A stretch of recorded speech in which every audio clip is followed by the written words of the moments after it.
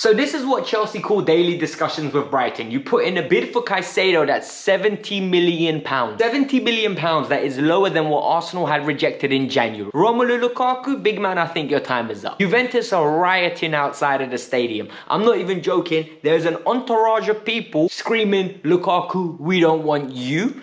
And we've got injuries galore at Chelsea FC. They might as well change the name of Stamford Bridge to Westminster Hospital, because at this moment in time, we've got Fofana injured, Badiashile injured, Broja missing the tour, and more importantly, Reece James feels sick. Let's get into it. This is going to be a very interesting video. Oh, and another player got sold, I'll tell you. Welcome to the Kavkas View. It's never boring being a Chelsea fan, and days like this I have to make a video late at night because I just got home after work and I've been kicking back, but the news have been so good that even when I'm tired, I gotta work even more. So do me a massive favor, hit the like button, subscribe to the channel. We're aiming for 1,000 likes and 30,000 subscribers. So every single one of you that helps, much appreciated. Love you lots. And if you don't help, I still love you.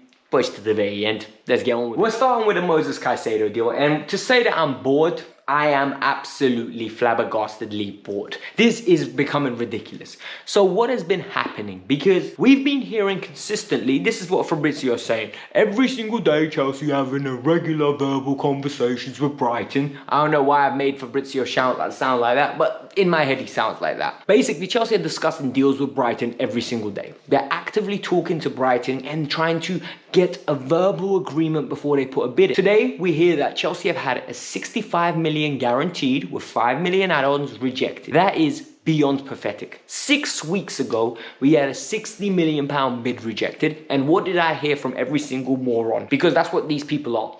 It's an opening bid, Alex. Alex, it's an opening bid, and it's a bid that it's called a negotiation. So if we don't negotiate, we have to pay 100 million and Brighton will just ask for more. No, this is a waste of time. This is an absolute waste of time. We wasted 6 weeks to put 2 offers that I could have told you for free aren't going to be accepted. And the reality is 17 million in a market where Enzo Fernandez is 104 and the one and only Declan Rice allegedly is 105 million. And Paulinho from Fulham to West Ham looks like it's 80 million. Caicedo is worth every bit of 100 million. For crying out loud, just pay the money and get this deal done.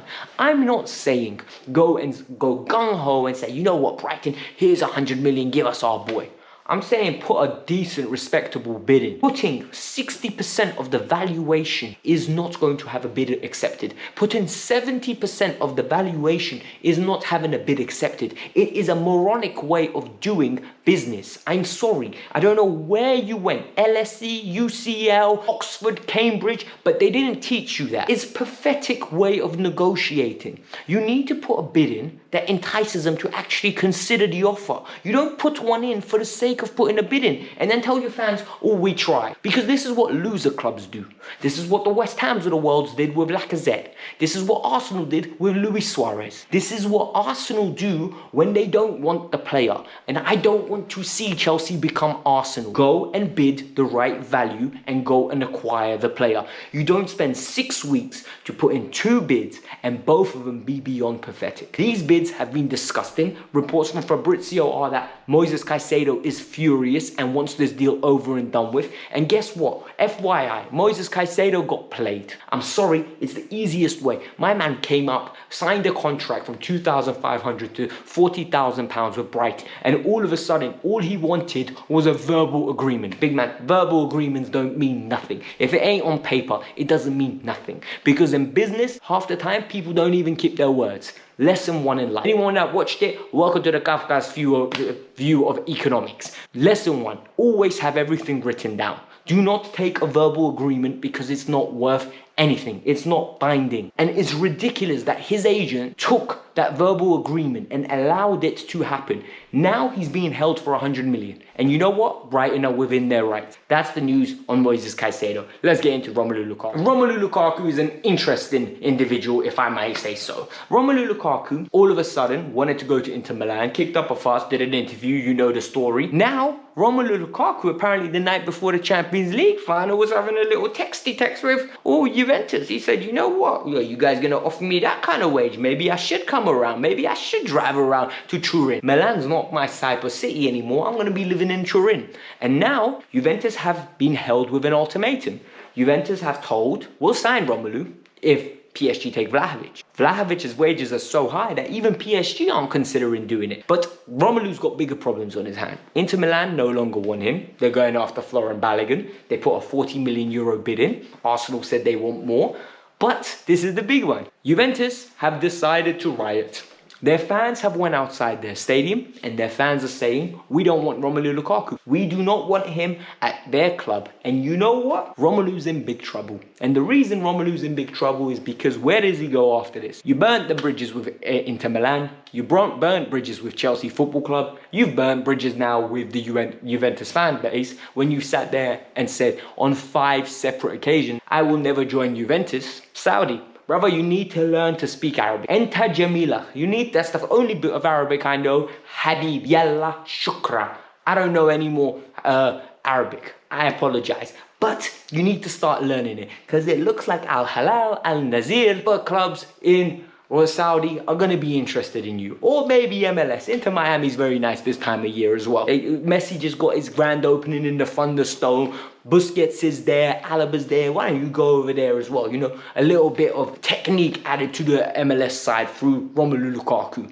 Guys, this is a mess for Romelu Lukaku and it's a bigger mess for Chelsea. Because what the hell are we going to do with Romelu Lukaku if he's not part of the plans? You do not want a sulking Romelu Lukaku at Chelsea Football Club. Because we've seen what happens to Romelu when he comes to the Premier League and he doesn't feel motivated. Then he starts increasing in 15 pounds. He starts eating good food. He starts finding himself the very best KFC around town. He looks for McDonald's. He looks for Pizza Hut. He looks for Domino's. And Lukaku goes from lean, mean, and a fighting machine to absolutely flubby, tubby, and a Teletubby. Like, he starts becoming very, very useless on the football pitch. And the problem here is, I have no clue how we're going to integrate him because I don't think Pochettino has any desire to do it. And I think Lukaku's desire to come back to London is even worse. I don't know how this is going to end. Let's move on with the other stories because it doesn't get better. We were looking at the squad that went on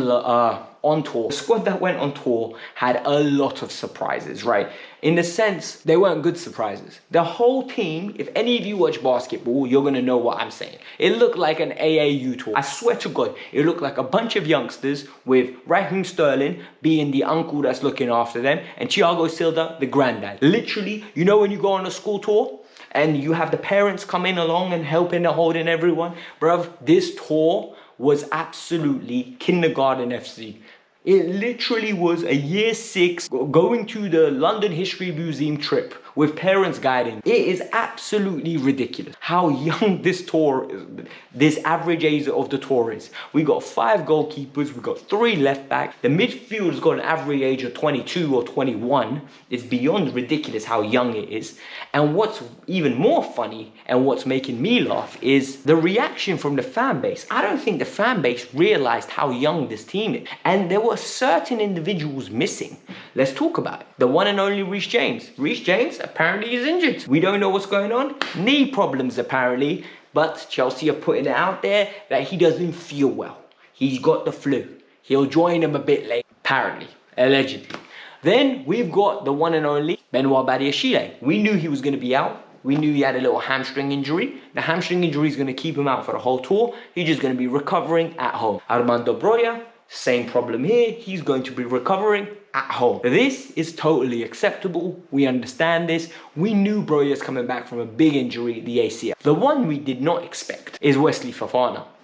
Wesley Fofana has got knee injuries again, apparently. He's got a knee injury. He's not going to be coming on tour. The player is staying in Cobham. He's deactivated his Instagram, deactivated his Twitter. We don't know why that is. We are not going to speculate. But what we do know, he ain't going on tour. Guys, I am going to say there's 2 things I'm certain about. Number 1, his agent done a marvelous job when he got him an 8-year contract because Fofana has settled his life for the foreseeable future with a beautiful contract where he's guaranteed 8 years worth of money at nearly 200k with incentives, of course. Number 2, two, Wesley Fofana's career at Chelsea has gotten off to a very shaky start, and not because of his performances, but because of his injury record. And it's starting to worry me, and I'm one of his biggest fans. I got cooked by every single one of you for my last video. Go and watch that where I said he starts in my best Chelsea lineup. I got cooked for you guys. Everyone's like, I can't believe you said that. Thiago Silva's better than him.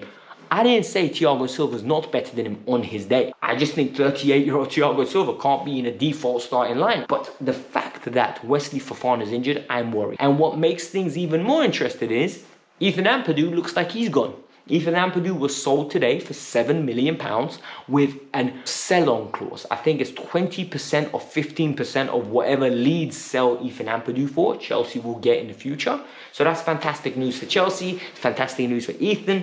A lot of people wanted Ethan Ampadu to get an opportunity. I've always messed around with it, like saying, maybe he should, maybe he shouldn't. But the reality is when the clubs that you've been to in the last 3 years are Venezia, Spezia and Leeds, you know your level. He's consistently played, he's consistently had opportunity to prove himself there. Milan looked at him and didn't want to sign him. But guys, this is the Kavkas View. I hope you lot enjoyed this video. It's very late. I'm very tired. I'm going to go and record. Hit the like button, subscribe to the channel. Let me know your thoughts because I said a lot today. I hope I made you laugh. I hope I made you cry. I hope I made you enjoy it. Matter first and foremost, in the comments below, drop a little pineapple to say you made it this far. And number two, tell me what number like you were. Because if you made it this far, you're a real G and I really appreciate you. Subscribe if you're new as well. Peace out. I'm out.